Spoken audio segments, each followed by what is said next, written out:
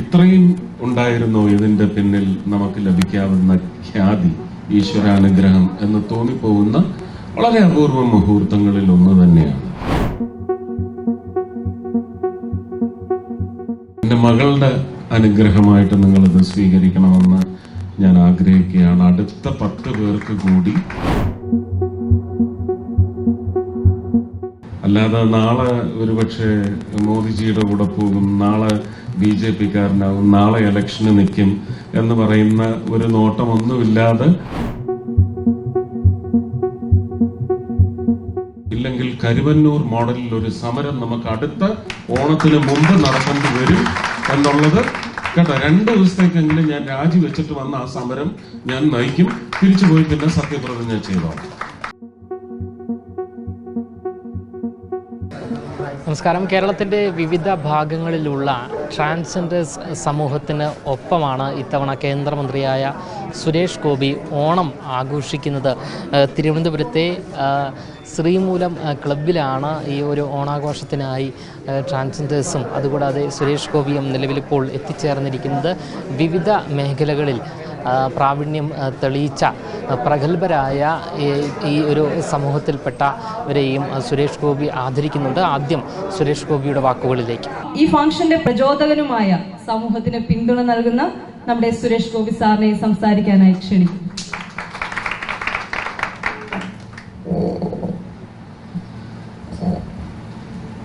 പ്രിയ വിഭിന്ന ശേഷിയുള്ള ദൈവിക വിഭാഗത്തിൽപ്പെടുന്ന, ഡിവൈൻ കാറ്റഗറിയിൽപ്പെടുന്ന എൻ്റെ സഹോദരങ്ങൾക്ക്, അവരെ ആദരിക്കുന്നതിനും അവർക്ക് മാബലി തമ്പുരാന്റെ അനുഗ്രഹം വന്ന് പതിക്കുന്നതിനുമായി ഒരുക്കിയിട്ടുള്ള വേദിക്ക് പിന്നിൽ പ്രവർത്തിച്ച ഈ ഡയസിലിരിക്കുന്ന ബഹുമാന്യ സുഹൃത്തുക്കൾക്ക്, സഹപ്രവർത്തകർക്ക്, സ്നേഹിതർക്ക്, മാധ്യമ സുഹൃത്തുക്കൾക്ക് എല്ലാവർക്കും എൻ്റെ വിനീത നമസ്കാരം. എൻ്റെയും എൻ്റെ കുടുംബത്തിൻ്റെയും ഓണാശംസകൾ.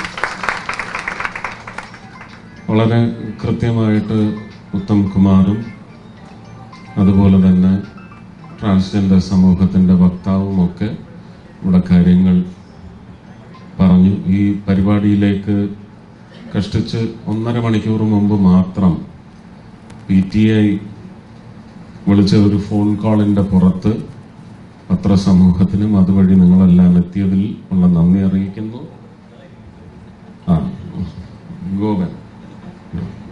ഗോപനാണ് വില്ലൻ. അപ്പോ സുരേഷും ആ ഫോൺ കോളിന്റെ അനുബന്ധമായി എന്നെ വിളിച്ചതിന്റെ പശ്ചാത്തലത്തിലാണ് ക്ഷണിക്കപ്പെട്ട് ഇവിടെ എത്തിയിരിക്കുന്നത്. പക്ഷേ പ്രതീക്ഷ ഫൗണ്ടേഷനെ സംബന്ധിച്ചും പ്രിയങ്കരനായ ഞാനുമായിട്ട് എനിക്ക് തോന്നുന്നു 2011 മുതൽ 2011-12 കോടീശ്വരൻ കണ്ടു തുടങ്ങുന്ന കാലം തൊട്ടുള്ള അടുപ്പമാണ്. അപ്പൊ തന്നെ നമുക്ക് മനസ്സിലാക്കാവുന്നതേ ഉള്ളൂ എന്താണ് അടുപ്പത്തിന് കാരണമെന്നുള്ളത്. അല്ലാതെ നാളെ ഒരുപക്ഷെ മോദിജിയുടെ കൂടെ പോകും, നാളെ BJP-കാരനാകും, നാളെ ഇലക്ഷന് നിൽക്കും എന്ന് പറയുന്ന ഒരു നോട്ടമൊന്നുമില്ലാതെ കോടീശ്വരനിൽ കണ്ട സുരേഷ് ഗോപിയെ ഇഷ്ടപ്പെട്ട് വന്ന് അടുപ്പം സ്ഥാപിച്ച ഒരു വ്യക്തിയാണ്. ഒരുപക്ഷെ എനിക്ക് ഇന്ന് നമുക്ക് ഒരുപാട് കാര്യങ്ങൾ ചെയ്യാൻ സാധിക്കുന്നുണ്ടെങ്കിലും ചില കാര്യങ്ങൾ നടന്നു കാണുമ്പോൾ ഒരു ആവേശവും, ഇത്രയും ഉണ്ടായിരുന്നോ ഇതിന്റെ പിന്നിൽ നമുക്ക് ലഭിക്കാവുന്ന ഖ്യാതി, ഈശ്വരാനുഗ്രഹം എന്ന് തോന്നിപ്പോകുന്ന വളരെ അപൂർവ മുഹൂർത്തങ്ങളിൽ ഒന്ന് തന്നെയാണ്. ഇത് 2022 നമ്മൾ ഈ പരിപാടി തുടങ്ങിയത്. തൃശ്ശൂർ വെച്ചായിരുന്നു ആദ്യത്തെ 2 പരിപാടിയും. 2023 ഓണത്തിന് വളരെ വിപുലമായി അവിടെ കാസിനോയിൽ വെച്ച് നടത്തിയ പരിപാടിയിൽ വെച്ചാണ് ഒരുപക്ഷെ ഇങ്ങനെ ഒരു ആവശ്യം അതിനു മുമ്പ് തന്നെ എന്നോട് ഉന്നയിക്കുകയും ഈ ലിംഗമാറ്റ ശസ്ത്രക്രിയയ്ക്ക് വേണ്ടുന്നതായ പിന്തുണ അതിന് സർക്കാരിന്, കേരള സർക്കാരിന് അതിന് കൃത്യമായ വകുപ്പുണ്ട്, അതിന് കൃത്യമായ ഫണ്ടുണ്ട്, അതിന്റെ ഡിസ്ബേഴ്സിബിലിറ്റിയും ഉണ്ട്. പക്ഷെ അത് ലഭിച്ചിരുന്നില്ല എന്നതിന്റെ പശ്ചാത്തലത്തിൽ സ്വന്തം ചെലവിൽ അത് ചെയ്തെടുത്തതിന് ശേഷം കൃത്യം 9 മാസത്തിനുള്ളിൽ അതിന്റെ ഓഡിറ്റ് രേഖകൾ ആശുപത്രിയും ആ മഹാനോ മഹതിയോ ആരായാലും അത് അഫിഡവിറ്റ് കൊടുത്തു കഴിഞ്ഞാൽ അത് റീഇംബേഴ്സ് ചെയ്യുന്നതാണ് എന്ന് പറയുന്ന ഒരു വ്യവസ്ഥയിലാണ് ഒരുപക്ഷെ അതിന് കെൽപ്പില്ലാതെ പോയ ഒരു പറ്റം 27 പേരെന്നാണ് പറഞ്ഞത്. അപ്പോ അതിലൊരു 10 പേർക്ക് നമുക്കിത് തുടങ്ങി വെക്കാമെന്ന് പറഞ്ഞ് 12 ലക്ഷമോ 12.5 ലക്ഷമോ ആണ് അന്ന് നിക്ഷേപിച്ച് ആ 10 പേർക്ക് അത് സാധ്യമായിരിക്കുന്നത്. 9-ാം മാസം എന്ന് പറയുമ്പോൾ ഈ വർഷം ഏതാണ്ട് ഇതിനിടയ്ക്കാണ് ഇലക്ഷനും വന്ന് കയറുന്നത്. അപ്പൊ പിന്നെ കോഡ് ഓഫ് കോണ്ടക്ട് വന്നതുകൊണ്ട് തടസ്സങ്ങളുണ്ടായി.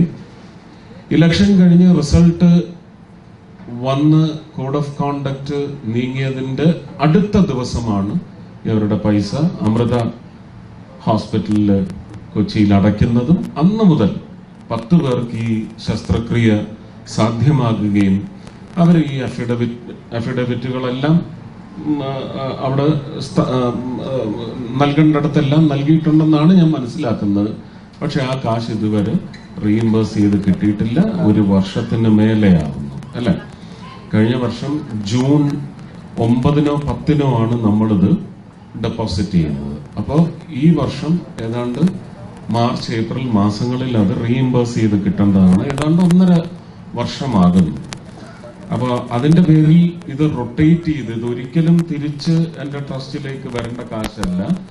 ഈ തുക റൊട്ടേറ്റ് ചെയ്ത് ഓരോ 9 മാസം കഴിയുമ്പോൾ സർക്കാർ ഇത് റീഇംബേഴ്സ് ചെയ്യുന്ന മാത്രയിൽ അടുത്ത 10 പേർക്ക് എന്ന് പറയുന്ന ഒരു ക്രമീകരണമാണ്.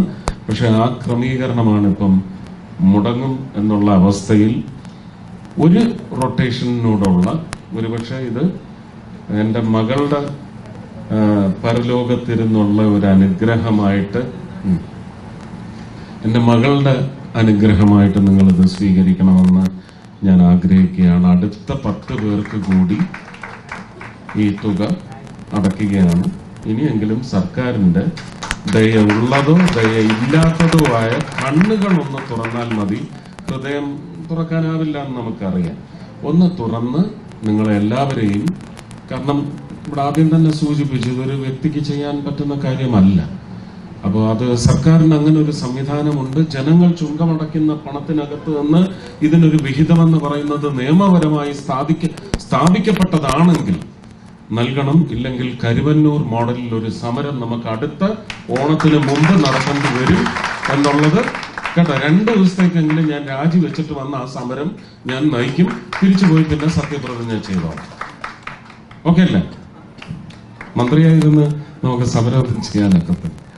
അപ്പൊ നോക്കട്ടെ എങ്ങനെയാണ് അവരിതെടുക്കുന്നത്. പിന്നെ അടുത്ത വർഷം ആ സമയമാകുമ്പോഴത്തേക്കും നമുക്ക് ദൈവം കുറച്ചുകൂടി നമ്മളെ അനുഗ്രഹിക്കും എന്നുകൂടി കണക്ക് കൂട്ടാം അല്ലേ. ഏപ്രിൽ മെയ് മാസങ്ങളിൽ പുതിയ നിശ്ചയങ്ങൾ വരും. കുറച്ച് കരുണയുള്ളവരുടെ എണ്ണം അവിടെ കൂടുന്നതനുസരിച്ച് നമുക്കിതിന് പോംവഴിയും ഉണ്ടാവണേ എന്ന പ്രാർത്ഥന മാത്രം മഹാബലി തമ്പുരാനും വാമന ഭഗവാനും എല്ലാ 10 അവതാരങ്ങളെയും മഹാവിഷ്ണു 10 അവതാരങ്ങളുടെയും മുന്നിൽ ആ പ്രാർത്ഥന ആത്മാർത്ഥമായി ഹൃദയപൂർവ്വം അർപ്പിച്ചുകൊണ്ട് എല്ലാത്തിനും പോംവഴികൾ ഉണ്ടാവണേ, എല്ലാം സുഗമമായി നടക്കണേ. ഇന്നത്തെ ഓണ സദ്യ നിങ്ങളെ കാത്തിരിക്കുന്നു. വൈകിക്കുന്നില്ല. നീ റാണി ചേച്ചി സംസാരിക്കണം. പിന്നാരാ? ബാക്കിയുള്ളവരെല്ലാം സംസാരിച്ചു കഴിഞ്ഞാൽ നമുക്ക് വേഗം ഓണപ്പുടവ മേടിച്ച് ഊണ് കഴിക്കുന്നിടത്തേക്ക് പോകണം. ആദരിക്കൽ ചടങ്ങുണ്ട്. എല്ലാം വേഗത്തിലാക്കണം. Thank you. ഓണാശംസ. Thank you sir. Thank you so much. നമ്മുടെ റാണി മോഹൻദാസ് മാം എത്തിയിട്ടുണ്ട്. സാമൂഹ്യ പ്രവർത്തകയും മോഹൻദാസ് എഞ്ചിനീയറിംഗ് കോളേജിന്റെ സെക്രട്ടറിയുമായ റാണി മോഹൻദാസ് മാമിനെ 2 വാക്ക് സംസാരിക്കുന്നതിനായി ക്ഷണിക്കുന്നു.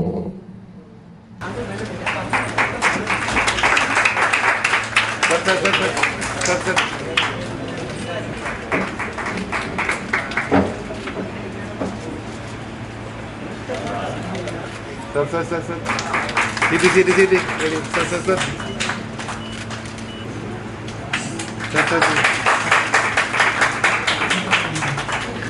എന്തായാലും ഇതിനു മുൻപും സുരേഷ് ഗോപി ട്രാൻസ്ജെൻഡേഴ്സ് സമൂഹത്തിന് വേണ്ട സഹായങ്ങളെല്ലാം തന്നെ ചെയ്തിരുന്നു.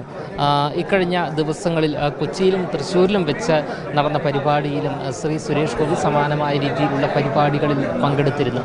ക്യാമറമാൻ അഖിൽ അശോകിനൊപ്പം അമൽ രുദ്ര, മറുനാടൻ മലയാളി, തിരുവനന്തപുരം.